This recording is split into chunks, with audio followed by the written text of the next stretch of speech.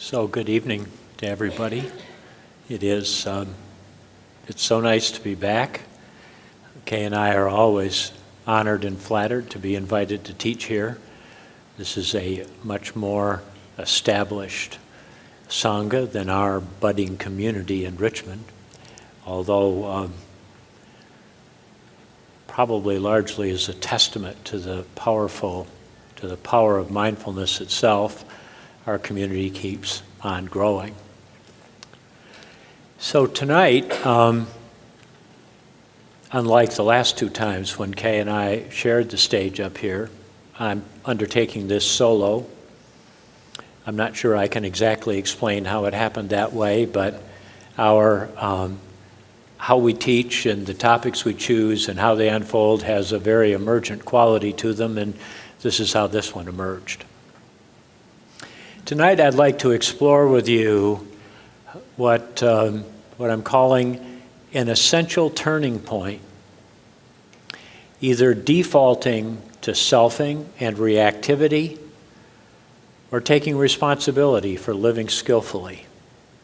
An essential turning point, that's pretty big language. And perhaps our first response to it might be, so how big a thing is he talking about here? And of course, in this whole territory of mindfulness and Buddhism, there's always this notion of enlightenment way out there, or epiphany, or even some big change in how we relate to life and how we experience life. And that could well be a way that this essential turning point could be characterized.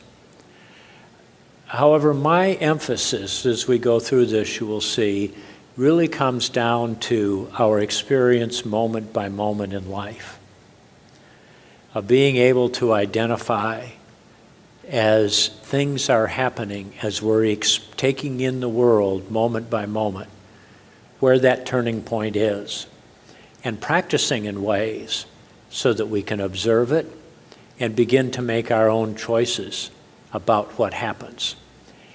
And of course, those of you who've been practicing for a while know that when we do that a little bit at a time over a sustained time,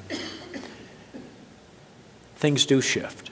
The difference between where we were and where we are can become quite noticeable. And who knows how far it might go. So the inspiration for these comments came from an experience that Kay and I had this last summer. We took an online course from the Berry Center for Buddhist Studies. And we signed up for this course, partly because it was about the fundamentals of Buddhism, and that was important for us to keep learning about. But we also signed up because one of the co-teachers was Gloria Terranea Ambrosia, who has been a teacher and a mentor and a guide for both Kay and me for almost 15 years now. And this was a nice opportunity to work with her again and reconnect with her. And it played out just that way. It was very nice. So the process for this course was that it extended over the 12 weeks, 12 different segments.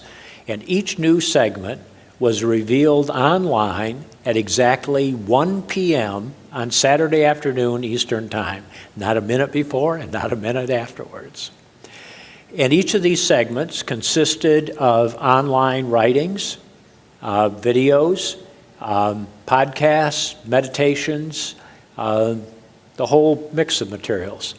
And then after working with them during the week, including important reflection questions, then the following Friday, in groups of 10, we showed up at a video conference and one of the teachers facilitated a conversation.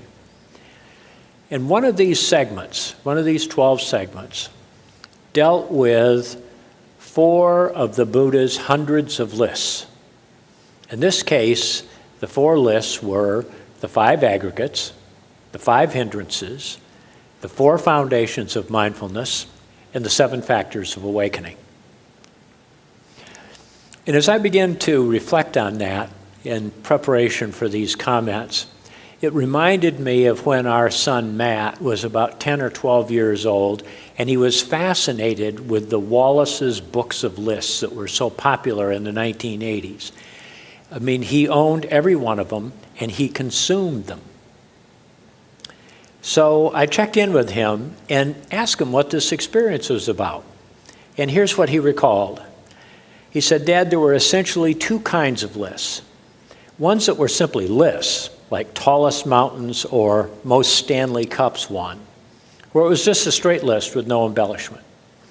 He said, then there were also lists that gave the information, the basic information, and also gave the story behind the information, such as 8 cases of spontaneous human combustion, or books banned by the Catholic Church."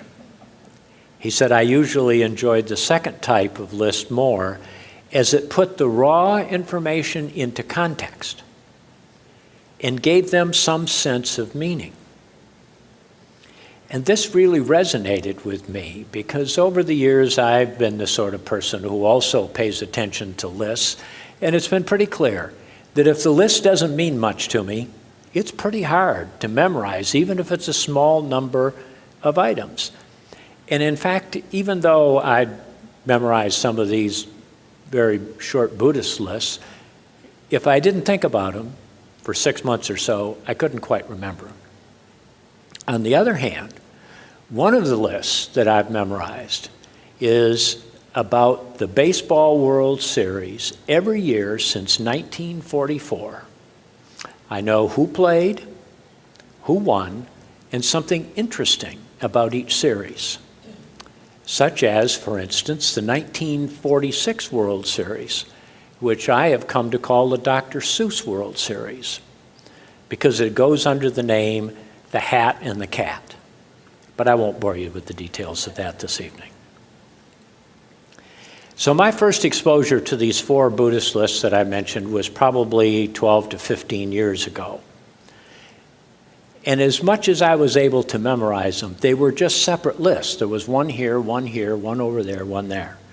And I knew intuitively there had to be some connection, but it just hadn't come together for me. And then we did this segment on cognition in this Fundamentals of Buddhist course called Entering the Path. And that really brought them together for me. It gave me the integrated understanding, the context, the meaning that Matt was referring to. And it suggested for me this notion of an essential turning point that shows up again and again in our lives. So these lists for me went from nice to know to beneficial and meaningful. So how did the integrated meaning unfold for me? Well, one piece of that meaning came from something that Kay has said for years, and it's a quote from the Talmud, which says, "We do not see things as they are. We see things as we are." We do not see things as they are. We see things as we are. Just pausing with that for a moment, considering what that really suggests. For instance, for me, the notion of eyewitness reliability pops up, and how we're learning now about how unreliable eyewitnesses are. Another is the example of 4 or 5 people standing in front of a wall that's painted a particular color, and you ask each of them what color it is, and who would know they were looking at the same wall from the words they offer. And last week, Kay and I were at a presentation on the subject of mythology by a well-known mythologist who lives in India. And he was in Richmond talking about mythology, and at the end he agreed to answer questions. And one of the questions that came to him was, how do we know the difference between objective facts and history? And he obviously had been asked this question before, because it just tripped right off his tongue. He said, if 2 men are standing facing one another, and they're both alive, and one of them pulls out a gun and shoots the other one dead, and then we only have one man standing. He said, those are objective facts. He said, the minute we begin to just assign the notion of hero and villain, he said, well, that's history. That sense of mythology, seeing things as we are. This also reminded me of a poem that a friend of ours named Joan wrote. She writes short poems and posts them on her blog. She calls this one Original Creation. We humans like to select a few bones from our bare experience and create a skeleton of story. Once fleshed out, that story walks away from us on legs all its own. I love that. It's just so right on point here. Now, there's also an aspect of contemporary science that is coming into play here. And what science tells us is that as I'm looking out here at all of you in this wall, there is a series of images and colors and forms and shapes that my eyes are taking in. They go through the nervous system, are processed, and generate an image in my brain. That image in my brain comes only 20% from what comes in through my eyes. 80% is supplied by my memory. 80% supplied by the memory. Well, I mean, that seems absurd at first. It's actually extremely useful. If every time we looked at something, it was all brand new to us, think how difficult it would be to navigate life. Everything is new every time we show up. So the fact that the memory supplies so much allows us to move through life more quickly and more fluidly.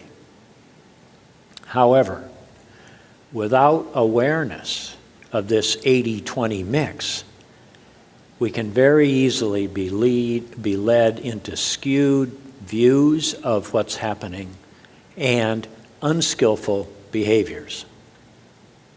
So once again, long-standing wisdom, in this case from the Talmud, has been validated by 21st century science. So as we studied cognition in this course, there was some basic guidance. And the basic guidance came with respect to the 5 aggregates.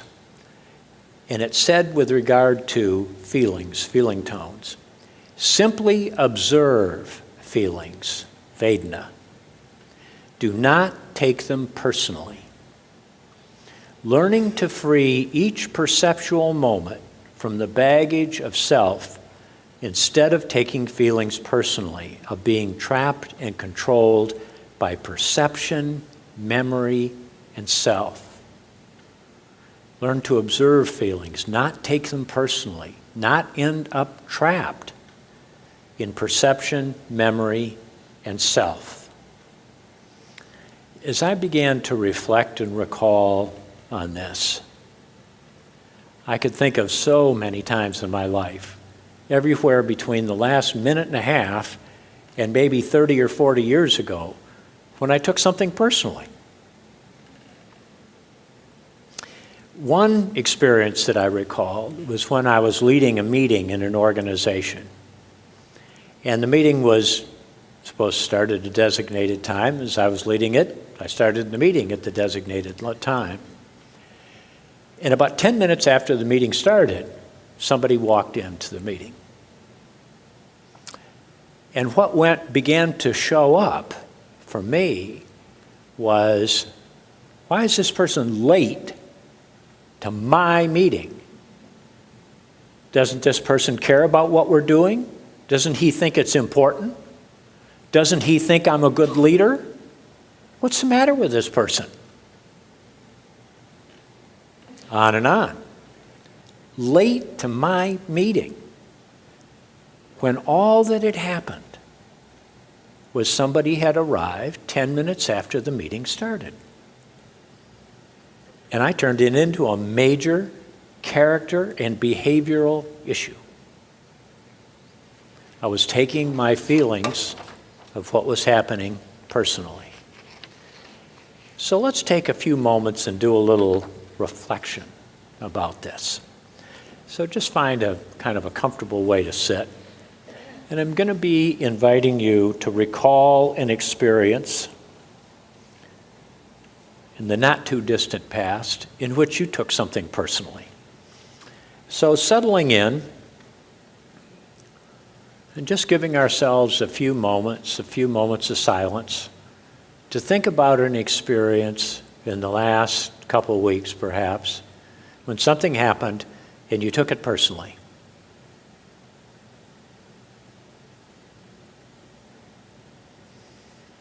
And putting yourself back in that moment, directly in the experience, pulling up that video from your memory and stepping inside the video, remembering exactly where it happened, who was present, and what was said.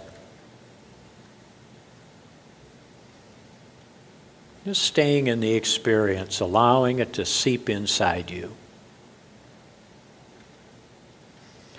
What judgments and opinions about the offense are present? Noting the ways in which you took it personally. Noticing the emotions that were coming up. Noticing the physical sensations.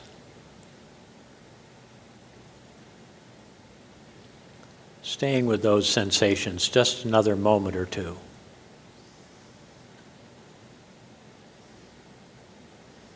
Now gradually shifting yourself out of this experience by describing what happened without the emotional and selfing embellishment.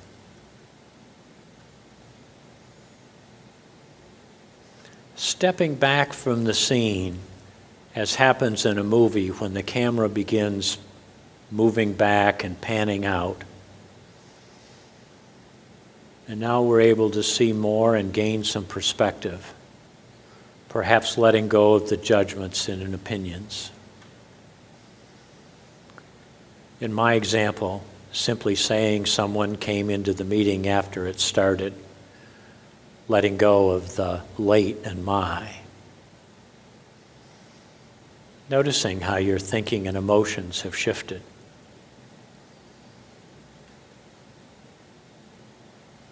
And now just sitting with your breathing for a moment.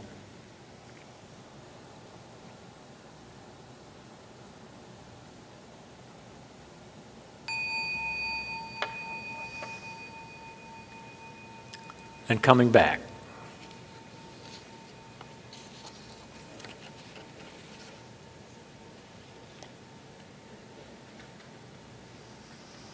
Part of what we learned in this course on entering the path was how this process of cognition occurs extremely rapidly.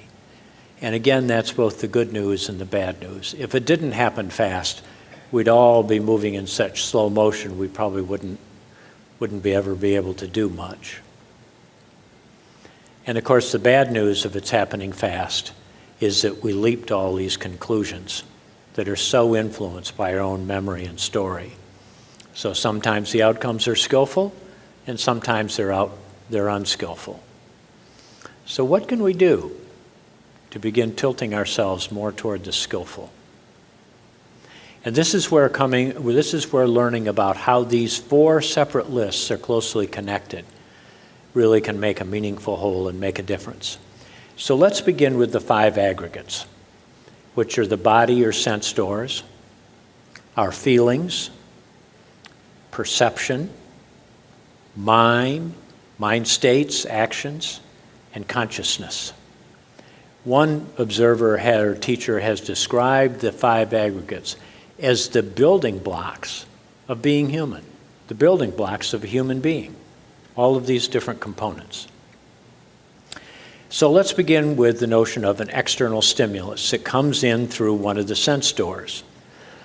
In my situation in the meeting, it was sight. I observed the person coming through the door. I observed the clock. The information came in through the sight door. Then there was a feeling tone. In this case, it was unpleasant for me. The feeling tone, the experience that I was having was unpleasant. And now we move to perception. Perception is that capacity of ours to make meaning out of the stimuli. So suppose I'm walking in the woods and I hear a sound. Perception allows me to know that it's a bird singing and not a dog barking. Or if it is a dog barking, to know that it's a dog barking. And the perception is where this 80% of what we see is filled in by the memory takes place. That's how that works. This is our capacity to know what's stored in our memories. Now, the downside of this is represented by a story that the Buddha talks about with respect to walking in the woods. As somebody walking along and looking down and suddenly seeing an object in front of him that was very frightening. He was sure it was a snake. Stepped back. Must be a very dangerous snake. Got far enough away so he wasn't going to be bitten or attacked easily, and kept observing. And the snake didn't move, and the snake didn't move, and he looked more closely, and it was a stick. This is how our nervous systems work. They're so sensitive that they're able to detect about 12 out of every 4 threats.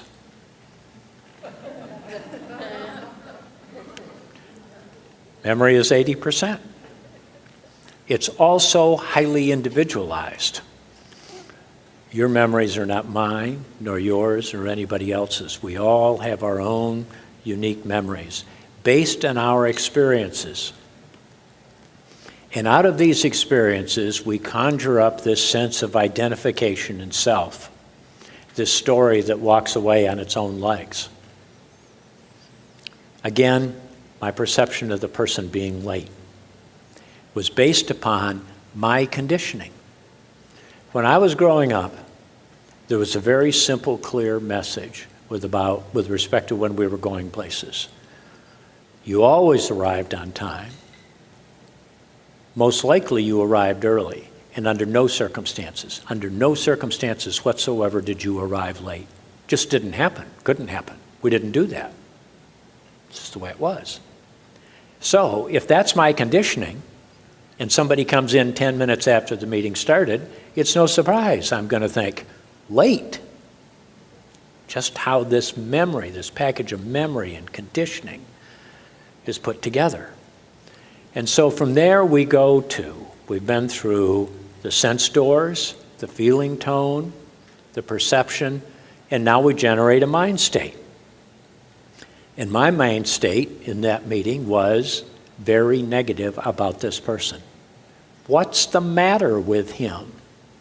That was my mind state. And of course then our actions derive from these mind states. What action was I going to take? I was going to catch up with this person afterwards and reprimand him. You don't come to my meeting late.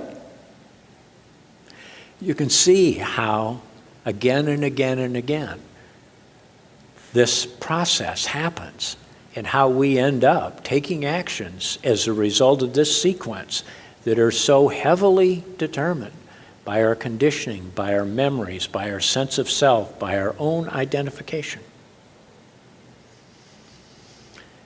And as a result of that, we end up defaulting.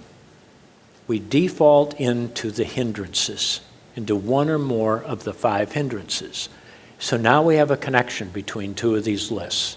We've been talking about the process for the 5 aggregates, and then we default into one of the hindrances, grasping, aversion, which is what happened for me, or doubt. Maybe if I were the kind of person maybe if the person who walked in was a very important, powerful person, maybe my reaction would have been, did I actually schedule this meeting to start now? Some doubt might have crept in. So grasping, aversion, doubt, restlessness, which usually comes from boredom, and what translates as sloth or torpor, which is, I think it's those moments, those times when we just can't get any energy for anything. And Maybe it's about attitude, maybe it's about events, maybe it's physical, maybe it's some combination of all those things. But that's what we default to when we're unaware. So why is it we default into these experiences that are so full of dissatisfaction, discontent, and even suffering? Well, the Buddha tells us it's about craving. Craving is the root cause, the second noble truth.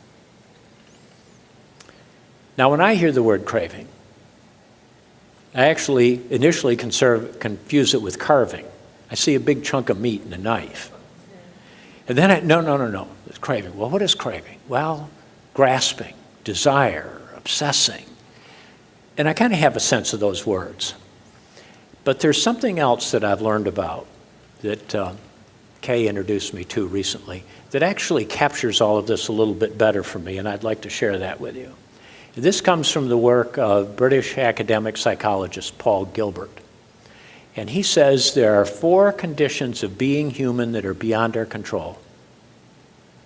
4 conditions of being human that are beyond our control. And this is really all of the dimensions of what the craving, the grasping, etc. are all about. And the first of those conditions we've already alluded to with the experience with the snake. It's how our brains and nervous systems are constructed, how they've evolved over millions of years to protect us from physical and emotional abuse. We see many sticks as snakes. And it's important that we have this bias in the system because we can be so vulnerable. But unless we're aware of how present and how powerful that is, we can be overwhelmed by it easily and just not know that that's what's happening. The second condition that's beyond our control is our genetic composition.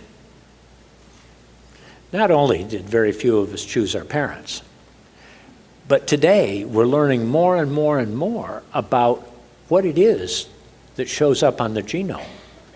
And it's not just height and eye color.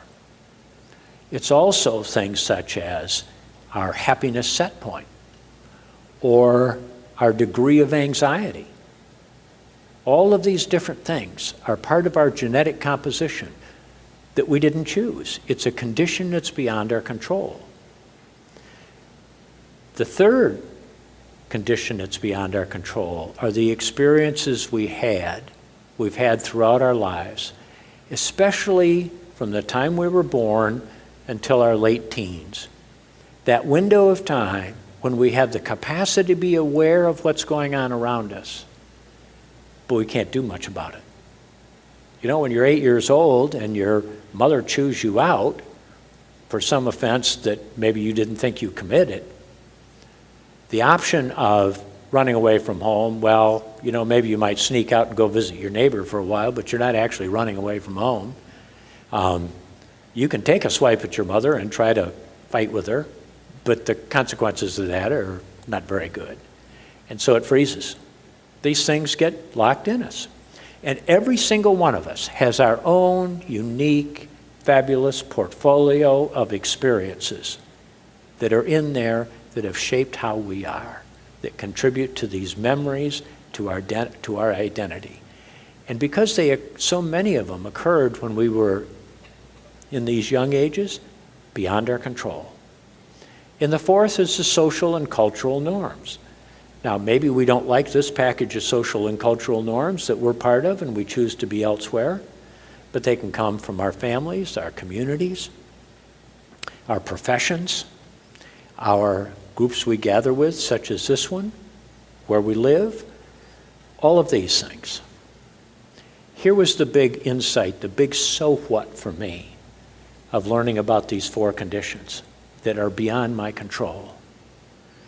It actually allowed me to take a deep breath and realize that all these unskillful things that I've done in my life could be pointed here, could be pointed there, could be pointed somewhere else.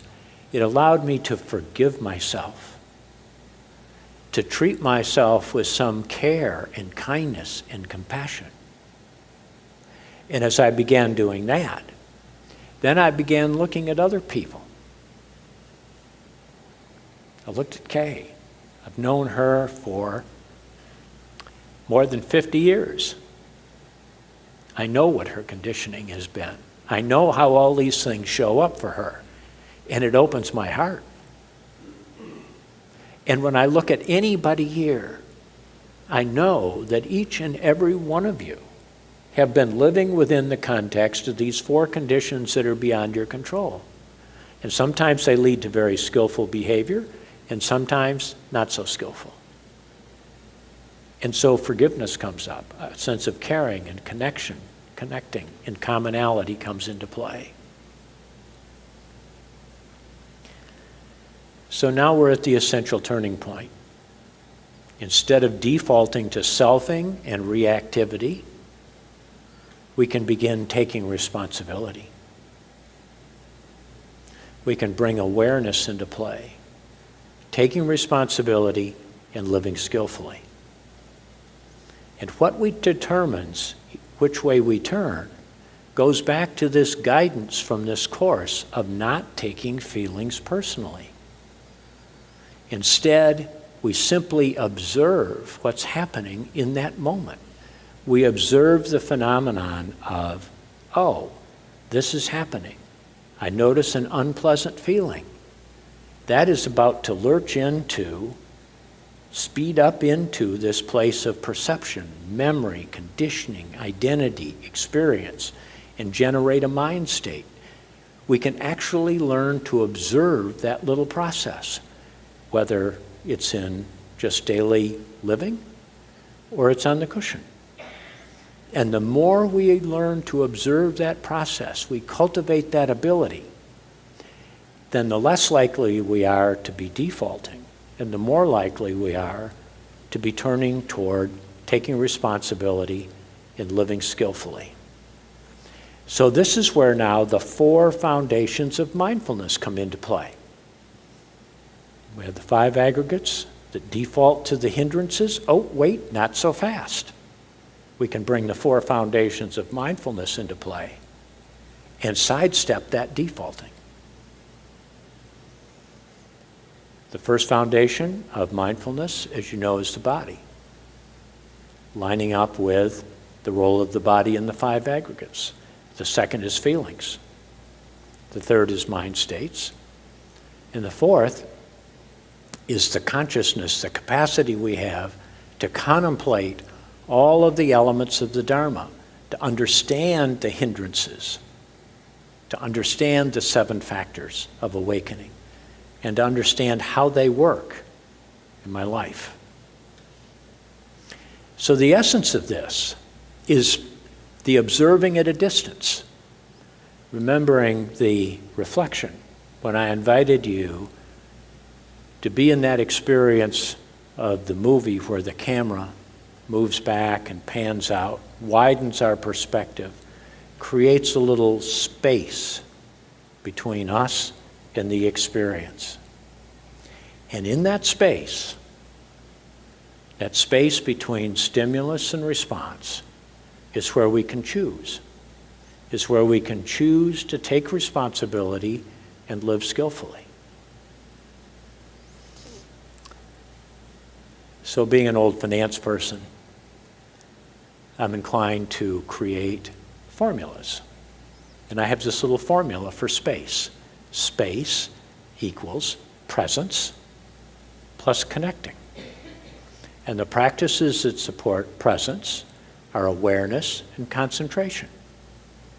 Our ability to be aware of what's happening and concentrate our attention there rather than chasing the emotions, getting caught in the perceptions and the experiences, and instead just concentrate on the feeling and being aware of what's happening. And the connecting,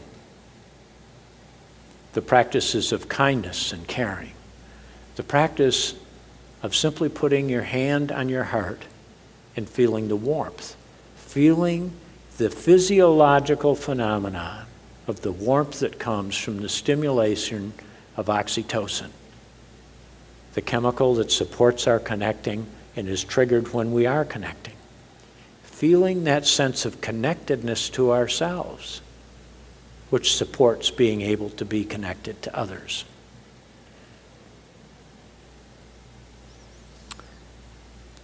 I had the good fortune last winter to do late last spring, to do a 2-week retreat at the Forest Refuge at IMS. And naturally I gravitated toward listening to a Dharma talk one evening, recording of our teacher, Terania. And in this particular talk, she was commenting on a conversation she'd had with somebody who was just finishing a 3-month retreat. And he said, it wasn't too far into the retreat that I began to get a sense of the hindrances and began to understand them and the impact on them. He said, but only lately, what I've really come to appreciate is how they take us in, how they really put the bait out there to hook us. And so out of that, I've developed a little practice that you might experiment with if it resonates in the slightest. If it doesn't, you can create your own. My practice is, when I'm meditating, to say noticing. And what I'm noticing is the thoughts that are coming up. And then I say yes, acknowledging that this thought is here. It has come up, no resistance. And then I notice the way in which this thought is saying, come on, follow me. This very seductive way thoughts have of intriguing us, drawing us into them. And I say, I'm passing on taking the bait.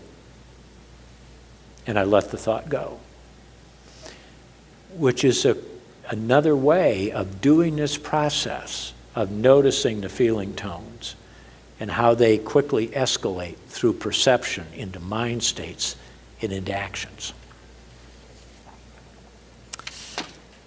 So far this evening, I've used the example of this meeting. But I'd like to shift now to exploring this guidance of not taking feelings personally, to being fully aware and being fully aware of the turning point, this essential turning point, with respect to what's going on with political conflict and social violence.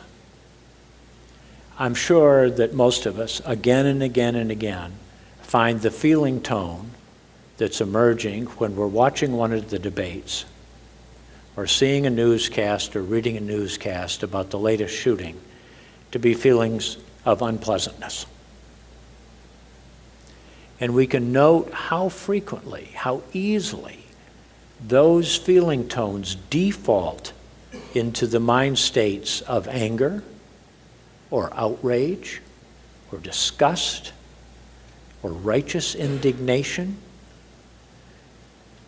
or deep sadness, or many others. But how fast we get there, how easy it is to be caught up in these experiences, how readily we default to them. And of course, the alternative then is to pay attention to what's happening. And so what I've noticed, what's come up for me, particularly with respect to the politics, is that I'm actually more tolerant of the things that politicians say that are so offensive and reprehensible. But I find myself very intolerant of the people who would be inclined to vote for somebody like that. And then I realized, oh, that's a fine trip into righteous indignation, isn't it? Oh, here it is. Boom, right there.